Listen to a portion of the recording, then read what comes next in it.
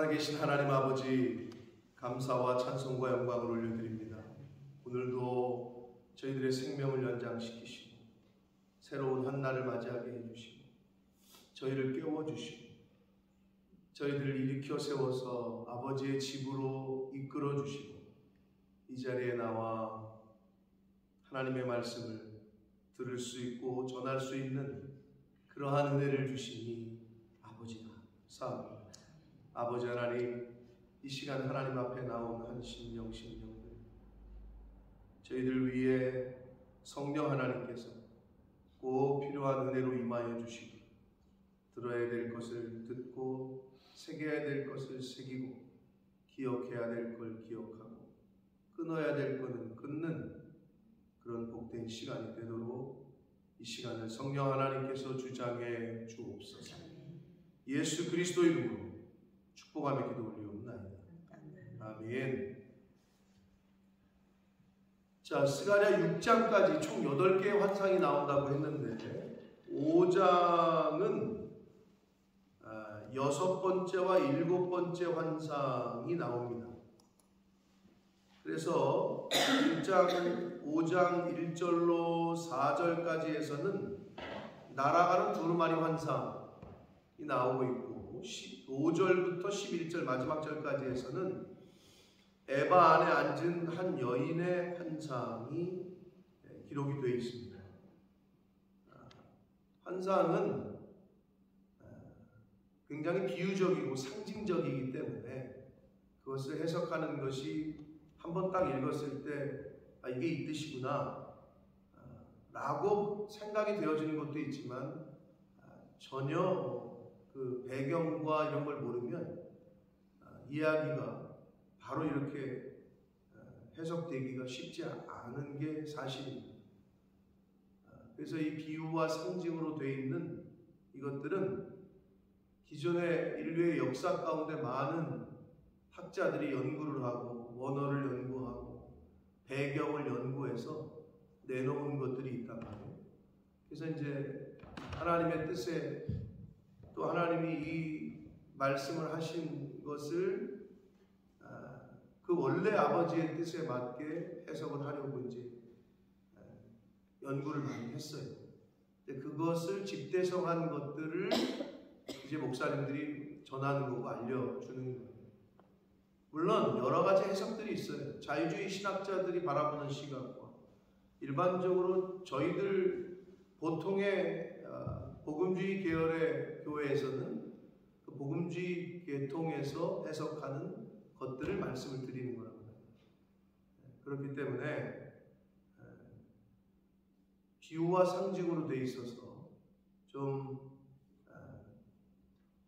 어려울 수 있으나 그래도 그럼에도 불구하고 우리가 이거를 공통적으로 들었을 때 또 읽었을 때 하나님이 성령께서 감동을 주시고 또 들었을 때 그 해석이 이렇게 해석이 되고 또 이렇게 받아들이면 된다 하고 들으시면 되는 거예요.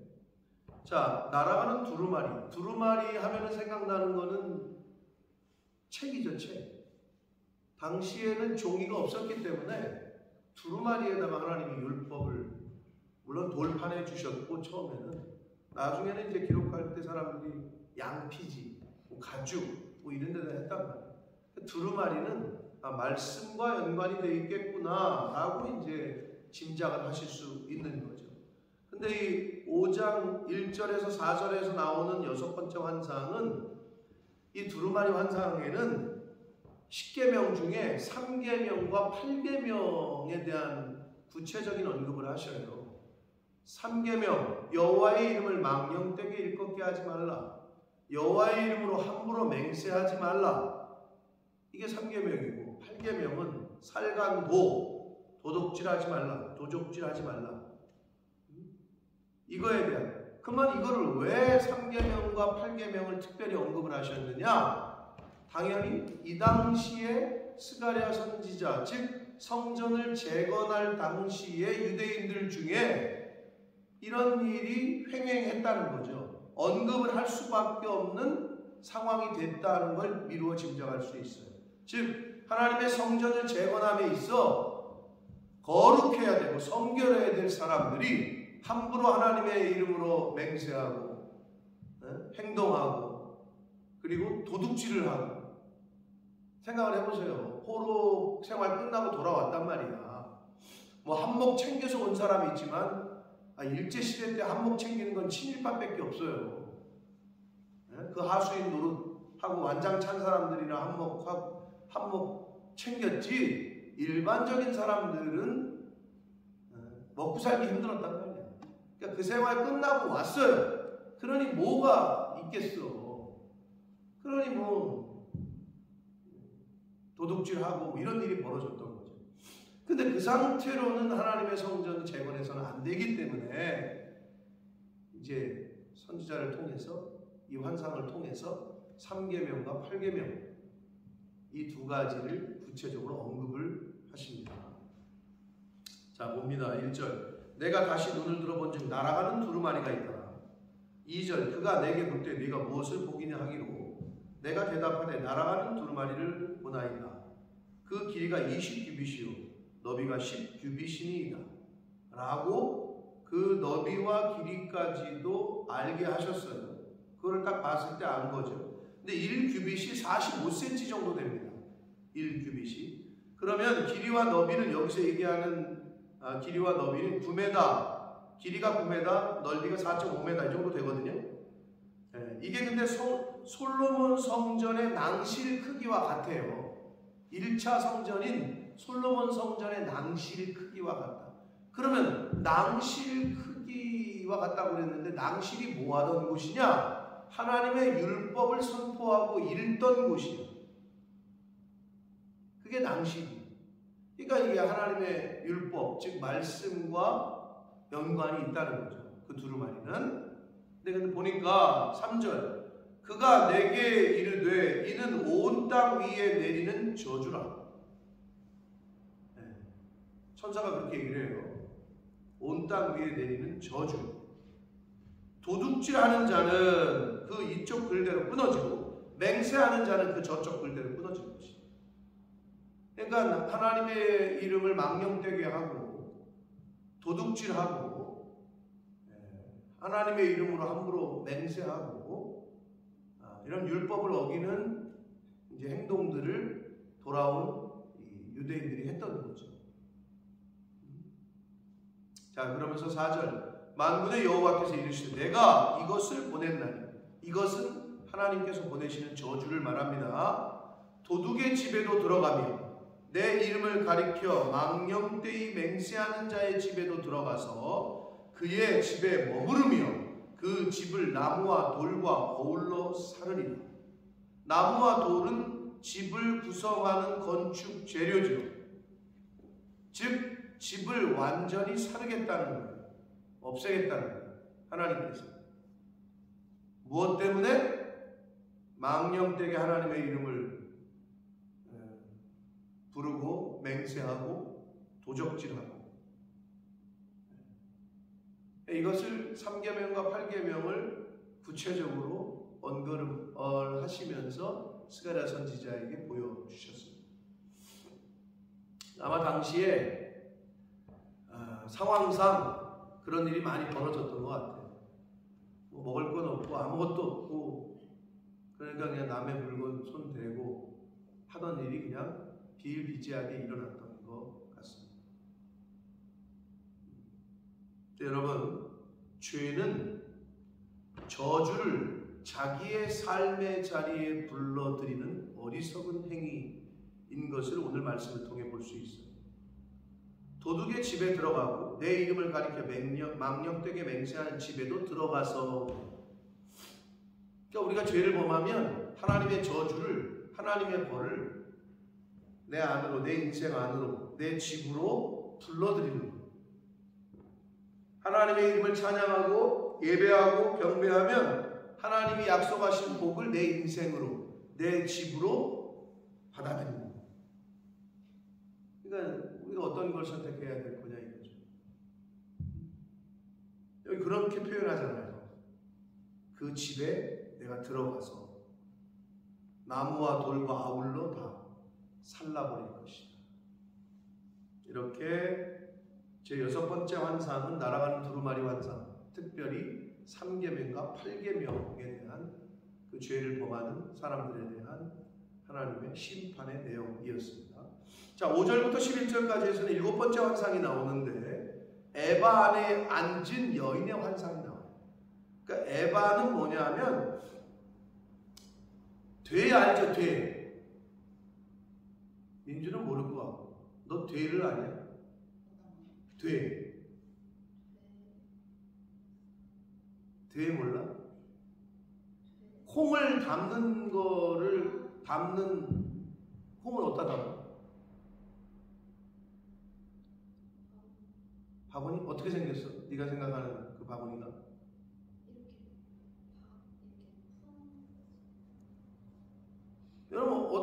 여러분이 생각하는 돼는 뭐예요? 한 대, 두 대 이러잖아요. 그렇죠. 사각으로 된 나무통이 있어요. 그럼 거기다 놓고 콩을 이렇게 팔고 했었어. 그걸 한 되라고 해요. 돼. 근데 그거랑 비슷해. 곡식을 재는 측량 단위야. 기구야. 에바가 우리가 한 대, 두 대, 두 대만 주세요 이러듯이 한 두 에바만 줘요 이런 거야. 그럼 그런 기구인데 곡식을 측량하는 거기에 한 여자가 앉을 정도야. 그러면 굉장히 큰 돼를 에바를 본 거죠. 네?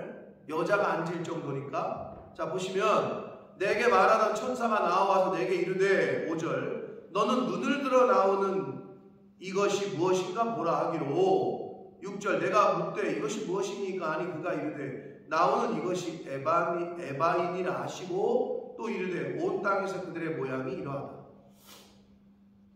7절 이 에바 가운데는 한 여인이 앉았느니라 하니 그때 둥근 납 한 조각이 들리더라. 자, 한 여자가 그 곡식을 재는 그릇에 앉아 있다는 거예요. 굉장히 큰 모양의 그릇이었겠죠. 근데 그때의 납 한 조각이 붕 떠서 들리는 거예요. 그거 8절 보시면 그가 이르되 이는 악이라. 그 여인을 악이라고 칭하는 거예요. 뭐 요한계시록에 나오는 또 성경 여러 군데에 나오는 음녀라고 볼 수 있겠죠. 악이라 하고 그 여인을 즉 악을 에바 속으로 던져 넣고 납조각을 에바 아기 위에 던져 덮었다. 즉 악을 에바 위에 한마디로 그 돼 같은 데다가 이게 딱 막은 거지. 그 악을 그 여인을 그 납으로 된 뚜껑 같은 걸로 덮었다는 거예요.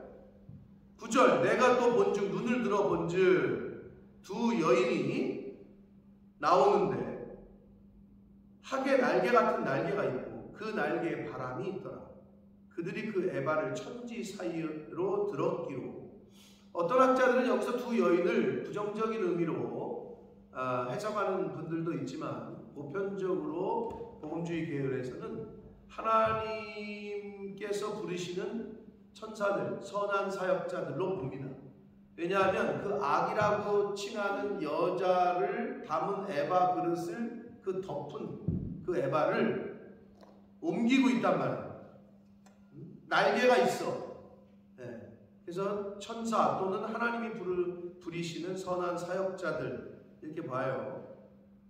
10절 내가 내게 말하는 천사에게 묻되 스가랴가 묻는 거죠. 그들이 에바를 어디로 옮겨갑니까? 천지 사이로 들었다라는 것은 하늘과 땅 사이, 하늘이죠, 하늘과 땅 사이니까 공중으로 이렇게 들었다는 거예요. 그 악이 담겨 있는 그릇을. 그래서 어디로 옮기는 거예요? 그래서 물어요. 그랬더니 11절 그가 천사가 내게 이르되 그들이 신할 땅으로 가서 그것을 위하여 집을 지으려 한다. 준공되면 그것이 제 처소에 머물게 되리라. 자, 악을 갖다가 악이 담겨있는 그릇으로 옮기고 있는 거잖아요. 근데 여기서 어디로? 신할 땅. 신할 땅 많이 들어본 것 같은데 구체적으로 기억나는 거 있어요? 응? 그렇죠. 바벨론으로 상징되고 그 위로 올라가면 그것이 어떤 곳이었어요? 그 전으로 가면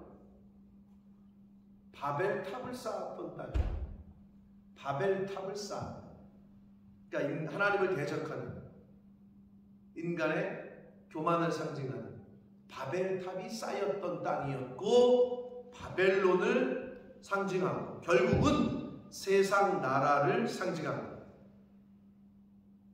세상 나라. 그러면 그것이 제초소에서 머물게 되리라. 악을 지금 세퍼레이트 하는 거예요. 분리하고 있는 거예요. 구별하고 계시는 거예요.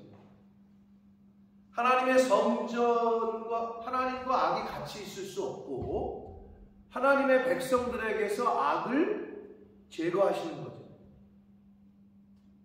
그런 환상을 이 에바 속에 앉은 한 악 여인의 환상을 통해서 말씀해 주시고 보여주시고 있습니다. 하나님의 성전을 건축하고 하나님의 교회를 섬기는 데 있어서 첫째는 정결한 마음, 순결한 마음, 순전한 마음, 이게 첫 번째. 하나님 그걸 원하셨던 거죠. 그래서 너네 악을 제해라.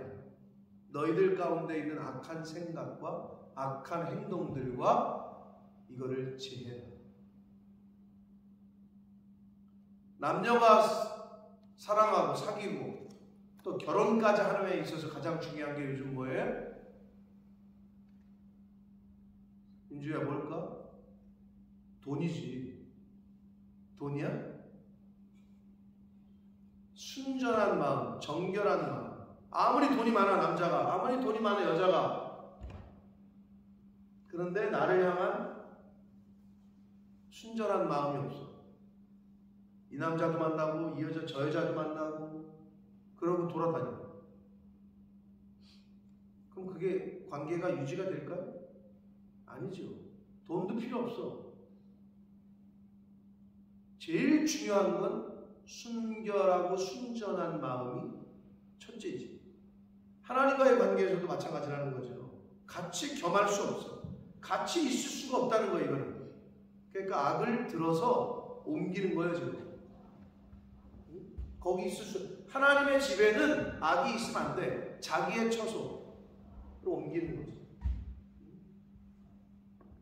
자, 이게 7번째 환상에 대한 계시의 말씀이었습니다. 하나님이 그렇게 심판하시고 또 죄악은 구별되게, 유대인들에게 있어서 가장 무서웠던 건 뭐냐면 이스라엘의 총회에서 쫓겨나는 거예요. 그들의 그 어셈블리에서 너는 이제는 추방이야. 이거를 우리 가문에서 너는 이제 호접하. 너는 추방이야. 이스라엘 백성들은 그걸 굉장히 두려워했다고. 그 공동체에서 쫓겨나가는 거예요. 마찬가지로 하나님께서는 악과 죄는 같이 있을 수 없기 때문에 들어서 옮기신다는 거예요. 사랑하는 성도 여러분, 이 오늘 날아가는 두루마리 꼭 무슨 3계명, 8계명이 아니라 하나님이 말씀하신 그 율법, 오늘날의 성경, 이 말씀대로 순종하시고 그렇게 살려고 애쓰는 저와 여러분 되시기를 축복합니다. 끊어집니다. 여기 끊어진다는 표현이 나와요. 도둑질하는 자는 끊어지고 글대로 끊어집니다. 하나님의 말씀대로 끊어진다는 거예요. 이게 굉장히 무서운 말씀이죠. 하나님의 경고요, 심판. 그러면 이게 끊어집니다. 그러므로 죄를 멀리하고 하나님께서 보내시는 여기 죄를 범한 자는 내가 이것을 보낸다니 벌과 저주를 보내십니다.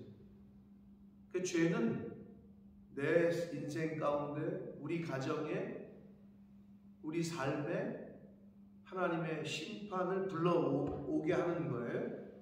그러나 순종은 하나님의 말씀대로 사는 것은 하나님이 주시는 은혜, 복을 내 인생 가운데로 불러들이는 것과 같다. 자, 이걸 명심하고 죄는 겸할 수 없기 때문에 악을 칭하는 한 여인을 들어서 그들의 땅으로 제3나라로 아예 그냥 옮겨버려요. 그러니까 하나님의 나라, 하나님의 사이드에서는 있으면 안 되기 때문에 들어서 옮겨버리고 있어요. 여기서 주시는 계시적인 말씀. 그러므로 하나님 안에, 말씀 안에, 주님 안에 거하시려면 내가 거룩하니 너희도 거룩하라. 여호와께 성결, 순전함, 어린아이와 같은 순수함. 이것이 하나님이 원하시는 첫 번째다. 오늘 주시는 이 계시의 말씀을 가슴에 잘 새기시고 오늘 하루를 하나님 앞에서 그렇게 살려고 힘쓰고 애쓰시고 저와 여러분의 인생 가운데, 남은 인생 가운데 여호와의 하나님이 예비하신 복이 우리의 인생에, 우리의 가정에, 우리의 자녀들에게 들어올 수 있도록 하나님의 저주를 불러들이는 어리석은 삶을 살지 마시고 하나님의 은혜와 하나님의 복을, 하나님의 형통을 내 인생에, 내 가정에, 내 자녀손들에게 불러들이는 그러한 삶을 사시는 저와 여러분이 되시길 예수 그리스도 이름으로 축복합니다. 살아계신 하나님 아버지, 감사와 찬송과 영광을 올려드립니다. 아버지 하나님, 오늘도 저희들의 생명을 연장시키셨습니다. 새로운 한 날을 맞이하게 해주셨습니다. 이렇게 시작하며 아버지 집에 저희들 나왔습니다. 하나님이 인도하시고 은혜를 주셨기 때문인 줄 믿습니다.